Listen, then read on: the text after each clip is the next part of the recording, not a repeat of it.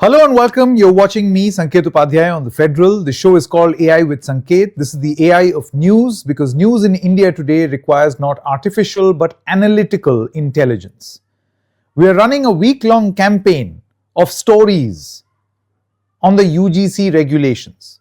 We got you views from learned people. We got you views political in nature. We got you to understand the story as it is, because sometimes the most important, in fact all the time, the most important thing to do is to understand what the outrage is about. And now today, the Supreme Court has put on hold these UGC regulations. To set up this discussion today, to understand why and what did the Supreme Court do, and before we enter into a discussion, let's put out some graphic pointers one by one on the screen right now. So the Supreme Court stayed the UGC Equity Regulations 2026. Remember, there is a version of 2012 which is still in existence. Only this new version has been kept in abeyance. The rules to prevent caste discrimination have been kept in abeyance. This applies to all educational institutions. The regulations were notified on the 13th of January. So these rules came into existence on the 13th of January. There was a huge uproar, as you are all aware, and now the Supreme Court has stayed the 2026 amendment to the UGC regulations. I still repeat, an old document, 2012 version of the equity guidelines still exists. Now, why did the court intervene? Let's come to that. The court has flagged risk of social division. They say if we don't intervene, dangerous consequences could happen. The court says that these rules in its present form could divide the society. They have warned of grave impact if these rules are implemented as is. So this is very crucial, the point that the Supreme Court has made. Now, which bench in the Supreme Court was hearing this? It is a bench of Chief Justice of India, Justice Suryakant, and Justice Joy Mallya Bagchi. They were hearing a batch of petitions challenging the UGC rules. Remember, this matter was already in the Supreme Court, and then it went again in the Supreme Court once these new rules were notified. Now, what is the core legal challenge and who can complain under these rules? The rules that have been stayed by the Supreme Court. The grievance mechanism allegedly excludes the general category, and that is what the uproar was about, section 3(1)(c). The protection is limited to SC, ST and OBC students. Petitioners who moved the Supreme Court after the rules were notified, they called it exclusionary and discriminatory. That's the point that they made. Now, what are the sections under scrutiny? Let's quickly take a look at that. So section 3(c) of this new equity rule, caste discrimination defined only for SC, ST, OBC. So the allegation was that what if there is a false allegation against people of the general caste? Then section 3(e), discrimination defined broadly for all stakeholders, and there was no specific definition of discrimination. These are the allegations. The court has asked, why keep 3(c) and 3(e) when 3(e) already covers everything? So if you have defined discrimination in clause or section 3(e), then why introduce section 3(c) where you specifically define what caste discrimination is? Now, what are the court's observations on your screen right now? Upper caste students were barred from certain complaints. Gender, region, place of birth bias may go unaddressed, and the court also questions the logic of selective definitions. Now, obviously, all of this are the queries that were raised by the general caste category students and their petitioners. So that's one of the points that has been raised. Now, the court has also spoken on discrimination in campuses. The Chief Justice of India said discrimination persists even after 75 years. It has flagged regional bias against students from South and the Northeast. So they have also acknowledged that there is discrimination, and the court has warned against segregation in hostels and institutions. So the court acknowledges that discrimination exists and needs to be addressed. However, the manner in which it was introduced, the grievance redressal system for discrimination, the court says may not be accurate. In fact, it calls it vague in the form of these new equity guidelines. Now, what was the petitioner's argument? They say Article 14 has been violated. Definition of caste discrimination has been termed arbitrary by them. Selective protection called impermissible. State discrimination. They feel that when you specifically define discrimination as that against a SC, ST, OBC, then this is selective protection, which is impermissible state discrimination. They say rules may encourage hostility instead of equity. So that's the crucial point that has been made. Now, key voices in court. Advocate Vishnu Jain has challenged Section 3C. He raised the issue of non-caste based humiliation, and Indira Jaising says that discrimination within discrimination could in fact happen. So these are the points that have been addressed. These are the key voices in court, and these are the statements that they made. Of course, we will have a greater idea of who's saying what as we move along. Now, what the court ordered, and this is crucial, after which we'll introduce our guests this evening, the court has ordered that it have issued a notice to the University Grants Commission and the Centre. The regulations, the new ones, will remain in abeyance, and an expert committee will suggest revised language. So there will be a redrafting of these regulations. Till then, the new regulations have been kept in abeyance. Next hearing has been scheduled on the 19th of March. Let's quickly bring in our experts to get a better idea of what exactly is going to happen. Aranya Shankar, we spoke to her a couple of days ago, if you recall, where she tried to explain what these UGC guidelines are. She tracks all developments related to the UGC and also the education sector. Thank you very much, Aranya, for joining us from the Federal. And we also have senior journalist who covers the Supreme Court, Mr. V. Venkateshan. Thank you very much, Mr. Venkateshan, for your time. Let me first come to you, Mr. Venkateshan, before I go to Aranya. You see, it was challenged, this regulation was challenged legally in the Supreme Court. Now, I presume that these new rules came into existence because of a rap on the knuckles from the courts. See, the government already had the 2012 regulations.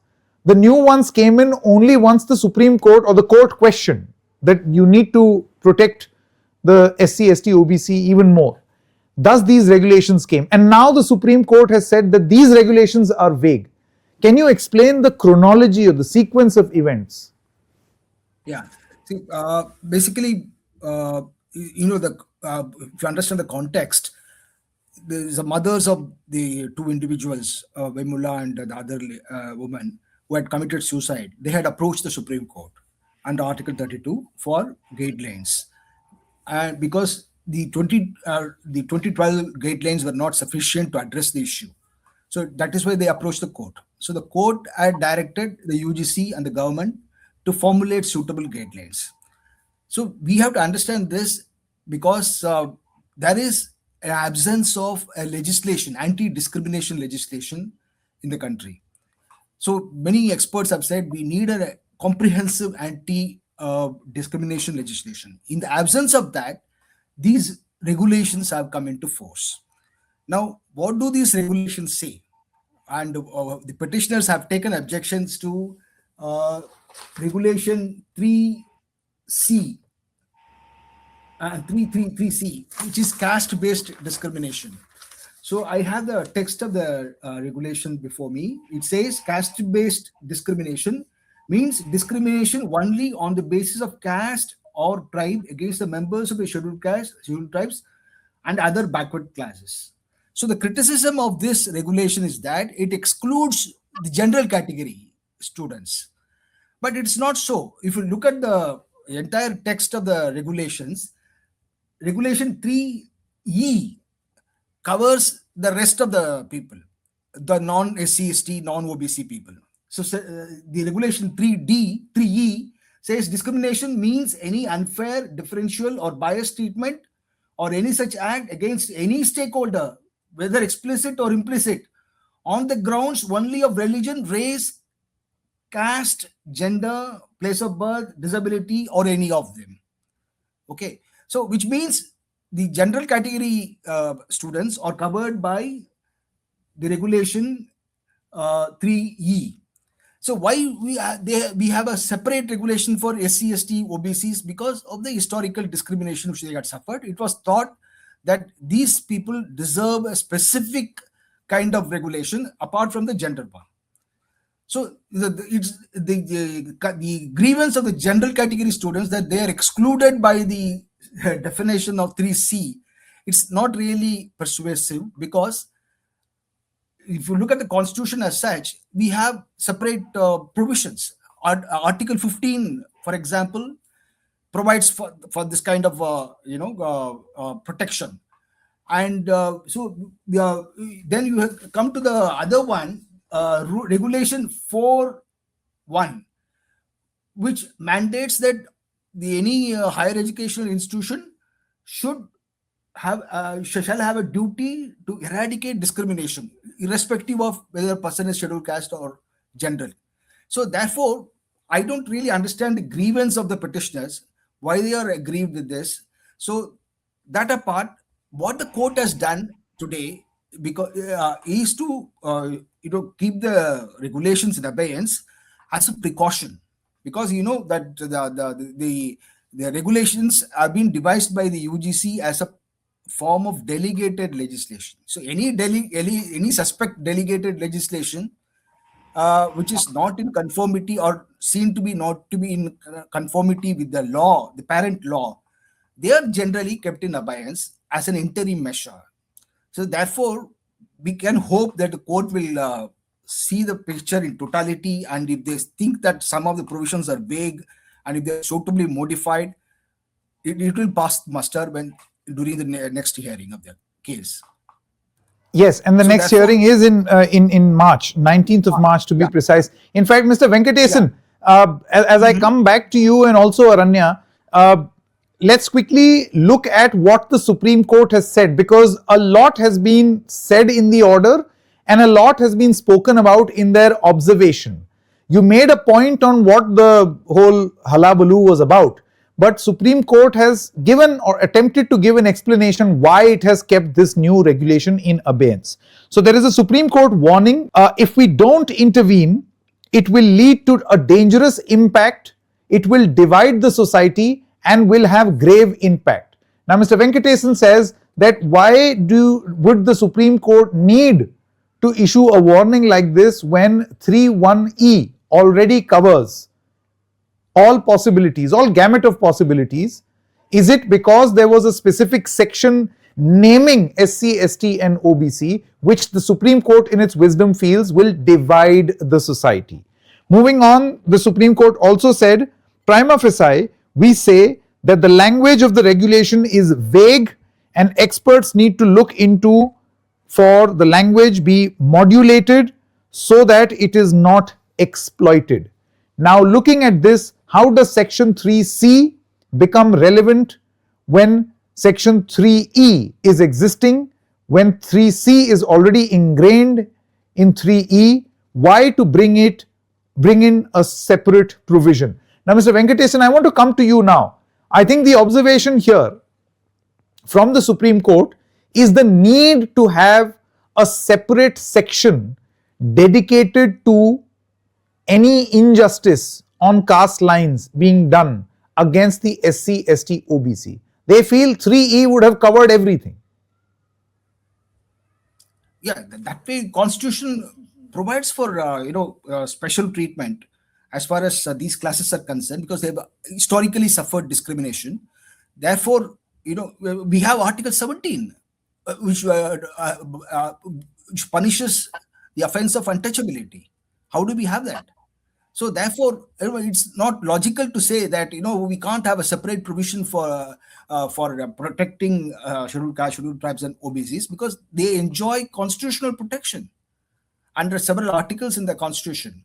Therefore, that is completely legitimate.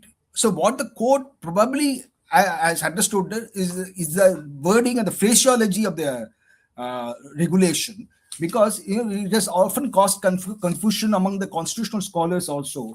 In the sense, if you look at the wording of the 3C, it says caste-based discrimination means discrimination only on the basis of caste or tribe. So the word only has caused a lot of confusion in the constitutional debates against the members of the people had asked why only. Does it mean that if there is any other factor apart from caste, will that pass muster? No, it's not like that, because caste-based discrimination means discrimination only on the basis of caste or tribe against the members of the and other backward classes. So, but if you look at the Article 15, which also employs similar language, it says that apart from only, you also have any of them. If you read the Article 15(1), it says the state shall not discriminate against any citizen on grounds only of religion, race, caste, sex, place of birth, or any of them. So the word only should be understood in combination with any of them. So it makes sense. If you exclude any of them, the word only doesn't make sense. Probably Mr. Venkatesan, this any of them that you are quoting, this is Article 15 of the Constitution. 15(1) of the Constitution. Okay. Correct. So, in my understanding, the Supreme Court probably is unhappy about the wording of 3C because the word any of them is not there. It says that caste-based discrimination means discrimination only on the basis of caste or tribe against members of the scheduled caste, scheduled tribes, and the other backward classes. Any of them is missing in 3C. Probably they meant that. Whereas if you read 3E probably has any of them. 3E has any of them. The word any of them is there in 3E, but not in 3C. So probably they are unhappy with the language adopted here. I'm not very sure, but I don't think they questioned the separate provision for scheduled caste, scheduled tribe in 3C when we have 3E. 3E there to cover other sections, but to provide greater emphasis, probably the separate section 3C is required or considered mandatory in terms of the regulations. I get it. There are a couple of other observations also of the Supreme Court. We're going to come back to them in just a short moment and get in your views, because you see, if it was all about any of them, then of course, who are we to second guess what the Supreme Court did or did not do? I mean, this is a decision which has been taken, but surely an order from the Supreme Court to say that just add any of them would have been enough. But they instead decided to put this in abeyance and go for a redrafting. Yeah. Now we all know how Sarkari files work. So will there be a time frame in which this redrafting has to be done will be very crucial. Aranya Shankar, I want to know from you, how is this decision, first of all, the 13th of January regulation, then the whole uproar on campuses, and then now it being challenged in the Supreme Court and the Supreme Court putting it in abeyance. How is all of this playing out on campus? Well, I mean, there is just so much happening, and there is no one narrative, so to speak. So but like I've been saying, I think the larger sort of viewpoint on this is that it was a step in the right direction. Like, now that the Supreme Court has said today that it is vague, the way it has been worded is vague, that is something that even those who are welcoming who welcome the UGC regulations, they too have said that a lot of things are not specified very well, and that they need to be formulated better. And but the difference is that the plea here is coming from members of the upper caste who are saying that they are not being included in the category of discrimination, whereas those who welcome this are saying that it is not, it's not some silver bullet for solving cases of discrimination on campus. So in fact, their argument is that the clarity needs to be there so that discrimination is dealt with better. So I think broadly, that is the way that people are looking at it. But I mean, the people I have spoken to today, I think there seems to be a sense of dismay with the Supreme Court decision. When you say dismay, this is among members of the SC, ST, OBC community, or because surely the sort of visuals that you see are of celebration. All those who were protesting up until yesterday are seen distributing laddus and are very happy. I don't know why. You see, one person's justice cannot be someone else's discrimination. The law has to be equal for all. Yes, so no, I mean, I would think it's not just obviously those from the SC, ST, OBC communities are naturally a little disappointed, but generally, progressive-minded people who believe in social justice, I think that they are also seeing this, as a step not in the right direction. I think the question is not that I don't think there is a question on whether these regulations were perfect, but the question is whether they needed to be stayed. Could they have been reviewed without being stayed? I think that is the question that is being asked. Yeah, Mr. Venkatesan, you see, the court has asked the UGC to go back to a 2012 guideline. So let's understand one thing here. It's not like the vulnerable are not protected anymore. It's not like SC, ST, OBC have no grievance redressal mechanism at all. There was a previous mechanism which was instituted in the year 2012 that continues even now. These new provisions have been kept in abeyance. So I just wanted to know from you, when a 2012 regulation already existed, what prompted the need to have a 2026 upgrade? So 2012 mechanism was found to be inadequate to address the situation in the campus because of the number of suicides taking place among the scheduled castes and tribes. It was felt that the anti-discrimination mechanism was not very effective. So that is why scholars like Tarunab Kaitan, for example, they have always been suggesting that we should have an anti-discrimination mechanism, comprehensive anti-discrimination commission, equality commission. Shashi Tharoor brought a bill in 2016 on this very subject. He suggested creation of a comprehensive equality commission to take care of all sorts of discrimination, but that did not come through. It was a private member's bill. So therefore, there is a lacuna in our system, in the sense, all kinds of discrimination cannot be tackled under the existing mechanism, existing laws. So we need an equality commission which will take care of all these kinds of minute forms of discrimination effectively. There is a grievance redressal. People can go to the grievance redressal commission, make a complaint, get it resolved through laid out procedures. So this is that kind of a thing. So that was lacking. So 2026 addressed this lacuna. Yeah. Sanket, Yeah, Aranya. Yeah, just one moment. I just want to read out a couple of other observations of the Supreme Court because they're very powerful observations that have been made.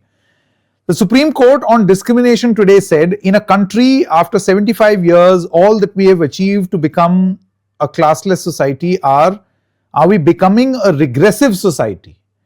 Worst thing which is happening in ragging is that children coming from south or the northeast, they carry their culture and somebody who is alien to this starts commenting on them. Now this is also discrimination. And my point is, as Mr. Venkatesan mentioned, in clause regulation 3.1e or 3e, all of this is covered. So to say that discrimination on the lines of caste, religion, region, color, gender, all of this is not covered and only one particular point has been highlighted, I think that was never the intention of this new upgraded regulation.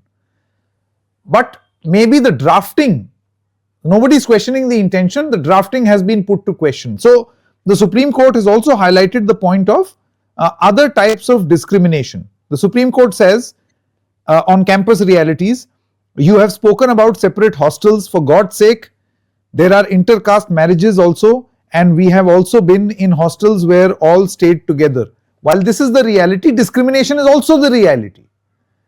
There will be many such instances in front of the Supreme Court or other courts where within existing university framework, there is discrimination on the basis of caste, gender, region, religion, groupings.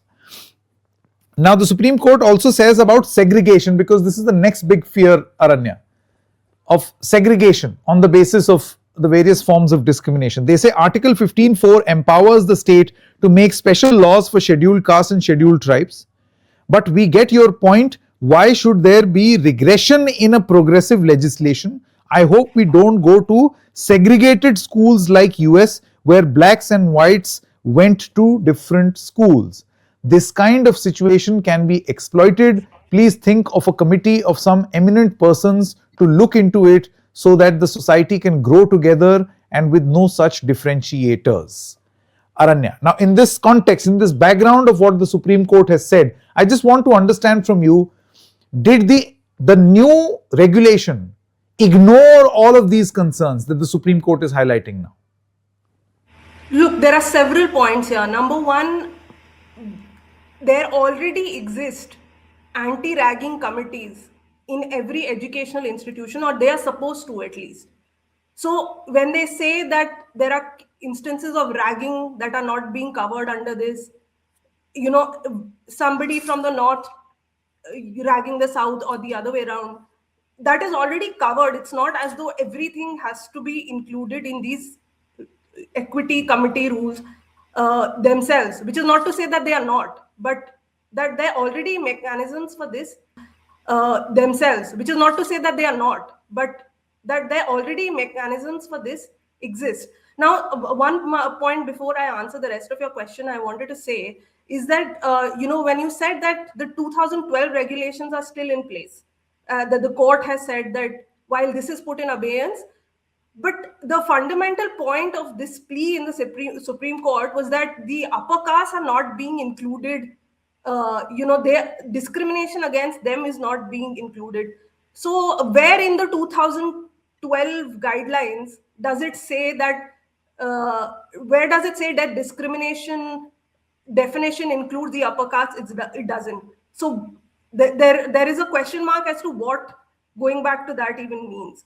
Now, I wanted to also point out, since you were asking if all of these issues have been ignored, and specifically about segregation, that it is this very bench which in September 2025, there were 10 suggestions by Indira Jaising, who's one of the counsels for the petitioner. She had submitted a note on suggestions which should be incorporated in the UGC regulations, because let's remember that there was a draft UGC regulation in 2025, which also I might point out had the exact same language. It said caste discrimination only against scheduled castes and scheduled tribes. It did not include the OBCs, but it had the exact same language, and there was no uproar at that time. In fact, even now, we see that some people are saying that those guidelines were better because there was a clause for false cases. So there are still arguments being made. What guideline is this, Aranya? These are the old one. Regulations. Yeah, these are the 2025 UGC regulations, which have the exact same definition of caste, barring the OBC. And at that time, nobody created any uproar over it. No, you're saying that the UGC had already upgraded its regulations in 2025. Yes. Where, okay. Yes, in early 2025, their regulations were updated. It was the mothers of the two petitioners, Rohit Vemula and Payal Tadvi. It was their lawyers who said that these regulations are not enough. They are not specifically dealing with caste, so they need to be reworked. And at that time, in September last year, it is this very bench which has forwarded, which has said that these submissions, these recommendations, 10-point recommendations by Indira Jaisingh, let me just read this out. It says, we Sure. have no reason to doubt that the UGC will accord due consideration to the above suggestions, along with those given in the report of the expert committee or other suggestions that may have been received from different stakeholders. So in these suggestions, the court itself has said that the UGC should or will accord due consideration. And point number 2 in this is non-segregation. There must be a strict prohibition on allocating hostels, classrooms, or practical batches based on entrance rank or academic performance. So the petitioners are not arguing for segregation anyway. So where does this come from? And point number 4 on this, in fact, grievance redressal says a grievance redressal committee where 50% of the members belong to the SC, ST, OBC community, and with a chairperson from that very community ought to be constituted. And the Supreme Court has said that the UGC should take these into account. So in these regulations, in the 2026 regulations, in fact, the chairperson is not even from the community. It's the head of the institution. And there is, even now, like I said this to you last time, out of the 10 members, there are still seats for which there can be non-reserved category people who are members. So I cannot honestly understand what the whole uproar about is. Sure. I mean, this is the wisdom of the Supreme Court. So one can only argue on the merits of this judgment or the arguments that were made. But Mr. Venkatesan, I'm just very curious. If there was a regulation in early 2025 using somewhat identical language with greater provisions which were acceptable to all, why did the Supreme Court today order that you go back to 2012 and not 2025? Because the last reboot, when you restore something to the last stable version of an operating system, that should have ideally been early 2025 and not 2012. Sanket, 1 minute. So they were not acceptable to all, which is the point I was trying to make. It was not Okay, acceptable fair to enough. petitioners. But fair enough. Yeah, acceptable to those who are creating a problem now. Okay, Mr. Venkatesan, just coming back to you, what happens from here on? I mean, is there a time frame in which these new draft will come in? Is the Supreme Court going to monitor this, or are we looking at a classic situation, Sarkari situation, where something has gone into abeyance and it has just gone there, and we never know when it will come back or when the redrafting will happen? You know how Sarkari files work. The period of abeyance is only limited. No? The next hearing is in March. So the respondents can ask for the vacation of the stay at the next hearing if the language of the regulations has been improved to the satisfaction of the court. The court can take a call and consider vacating the stay. The options are open. Yeah, so you're saying 19th of March is when a sort of a status report will have to be given. What did you do? Have you redrafted or not? But the Supreme Court has not mandated that by X date you must have new draft in place. But the next hearing date is fixed, no? So it goes without saying that by next date things have to be done. No, but has that been mentioned specifically or not? It's implied. It's implied. When the court says next hearing is on such and such date, and the parties are supposed to do as directed, so they cannot take an indefinite time, no? Correct. But sir, you and I both know, I mean, you remember in the Supreme Court, Chief Justice of India, the then Chief Justice, Mr. Chandrachud, the whole electoral bonds hearing, how every hearing, even after its judgment, the Supreme Court had to sit and tell the government how you should match the data and release it to the public. The government kept presenting extremely technical issues why it cannot be done. So you see, if the intentions, it all depends on the intentions. But here the nature of changes is only very limited. For instance, addition of the phrase any of them in 3C can be done. So changes like this, improvement of language here and there, This is what the court is expecting the government to do, UGC to do. So they can do it. They can take just 3-4 weeks, and for the next hearing they can get this done and satisfy the court. But in your wisdom, Mr. Venkatesan, do you feel that in the spirit of a good regulation or the spirit of a law, wordings are important? You cannot say that, see, my intention was very nice, so please go by my intention, not my language. So that is not how the law works. Do you think that is something which is very crucial here? Wordings are very important. You know how the Section 66A of the Information Technology Act was struck down in the Shreya Singhal case? Because the wording, it was vague, so too general, capable of misuse. So that it's one thing to say that the potential for abuse cannot be a ground for invalidating a law. That's the standard language. But what happens often is that when the language is vague, too general, it's capable of misuse. So the lawmakers have to be careful. When it is pointed out, the drafters of the law have to take this into consideration and make the language of law very precise.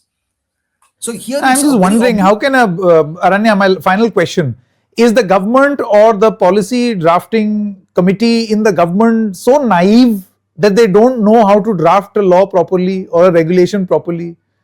That, or is Mr. Yogendra Yadav, as he alleged, it has been drafted in such a way that nobody can then question the government. You can always pin the blame on the Supreme Court. See, we tried bringing something, the court struck it down. He hinted at notoriety, but... Yeah, I mean, I think this is in the realm of speculation, so we can all have our own opinions on it. But considering that,